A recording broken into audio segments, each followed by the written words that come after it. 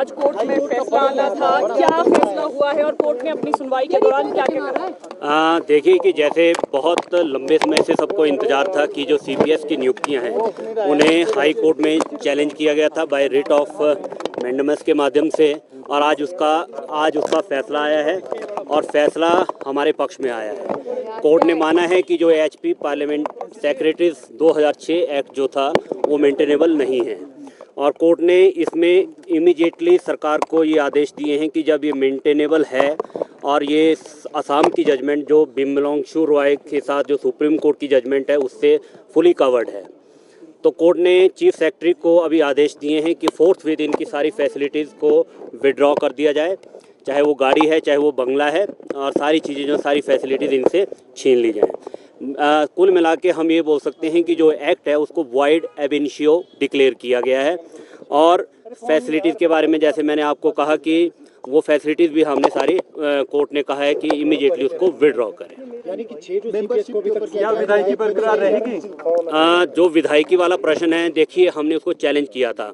जो disqualification act है 1971 का, उसको हमने सेक्शन 3 को अपनी क्वेश्चनिंग उसकी मांगी थी, परंतु अभी जजमेंट जैसे अभी कोर्ट में सुनाई गई है, जजमेंट अभी अपलोड होनी है। जैसे ही जजमेंट अपलोड होती है उसको हम स्टडी करेंगे और उसमें देखेंगे कि डिटेल में जजमेंट में क्या जो कोर्ट ने हेल्ड किया है, फर्दर फिर हम आप लोगों से रूबरू होंगे। क्या आदेश और सारी सुख सुविधाएं इनको इनसे हटाने को कहा है, छीनने का गाड़ी बंगला, ये क्या निर्देश इस संबंध में हाईकोर्ट ने दिया? देखिए जैसे मैंने पहले कहा कि जो एक हमारे हिमाचल में Himachal Pradesh parliamentary secretaries 2000 act, जिसको कोर्ट ने कहा है कि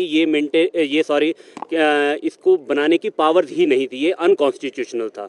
कोर्ट ने इसको वॉइड एब इनिशियो डिक्लेयर किया है, तो जब ये एक्ट खारिज हो गया तो इसका मतलब आप इनकी नियुक्तियां नहीं कर सकते थे। इनकी नियुक्तियों को कोर्ट ने रद्द कर दिया है, और इसलिए इमीडिएटली जो भी 6 सीपीएस सरकार ने बनाए थे उनको पदों से हटाना पड़ेगा। इनसे किसी रिकवरी की भी मांग की जा रही है, क्या इनसे रिकवरी होगी? देखिए ये विषय मैंने अभी कहा कि जैसे अभी जजमेंट अपलोड होगी हमें उसको स्टडी करना पड़ेगा कि जजमेंट में डिटेल में क्या ऑर्डर्स आए हैं। अगर उसमें किसी इस तरह की जैसे हमने क्वेश्चनिंग मांगी है, अगर कोर्ट ने उसके ऊपर कोई फाइंडिंग दी होगी, फर्दर फिर हम वो एक्शन उसको जजमेंट को पढ़ने के बाद फिर आगे का जो भी स्टेप होगा उसको लीगली हम आपस की जो हमारी टीम है आपस में डिस्कस करके फिर हम उसको फर्दर आगे बढ़ेंगे। थोड़ा सा डिटेल में बताएंगे आप एक्ट को पेश करने या निरस्त करने को लेकर? देखिए ग्राउंड में हमारा जो था बेसिक ये था कि जो 91st अमेंडमेंट थी, एक ये ग्राउंड था 164 को जो कॉन्स्टिट्यूशन में जो आर्टिकल है उसमें कहा गया है कि जब ये नियुक्तियां नहीं हो सकती, आपके पास कोई मैंडेट ही नहीं था, कॉन्स्टिट्यूशन में कोई प्रोविज़न नहीं था।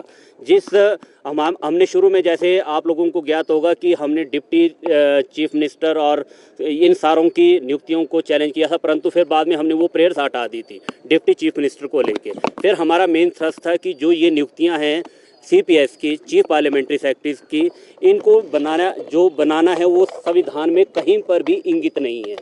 कोर्ट ने हमारी बातों को माना, और इसके लिए सुप्रीम कोर्ट का जो कानून है स्टेट ऑफ असम का बिमलोंगशु रॉय, उसमें बड़ा क्लियर लिखा है कि सरकार के पास कोई पावर्स नहीं है इस तरह के एक्ट को बनाने की, तो और क्योंकि लेजिस्लेटिव इनकम्पिटेंस है, और कोर्ट ने इस चीज़ को माना है। परंतु फिर मैं दोबारा से वही बात दोहराऊंगा कि अभी हमें जजमेंट को पूरी तरह से स्टडी करना होगा। जजमेंट मुझे लगता है कि आधे एक घंटे में या घंटे भर में शाम तक ये अपलोड हो जाएगी। जो एक्ट था उस पर कोर्ट ने सीधे तौर पे कहा है, क्या वो वर्डिंग उसको निरस्त कर दिया है, सरल शब्दों में समझें कि उसको निरस्त कर दिया है। आपको याद होगा कि 2005 में भी हाई कोर्ट में इसी तरह का फैसला आया था जब सीपीएस की नियुक्तियां हुई थी, तो हिमाचल सरकार ने क्या किया कि 2006 में इस एक्ट को बना दिया, जो जनवरी शायद 2007 से फोर्स में आया था, एप्लीकेबल था।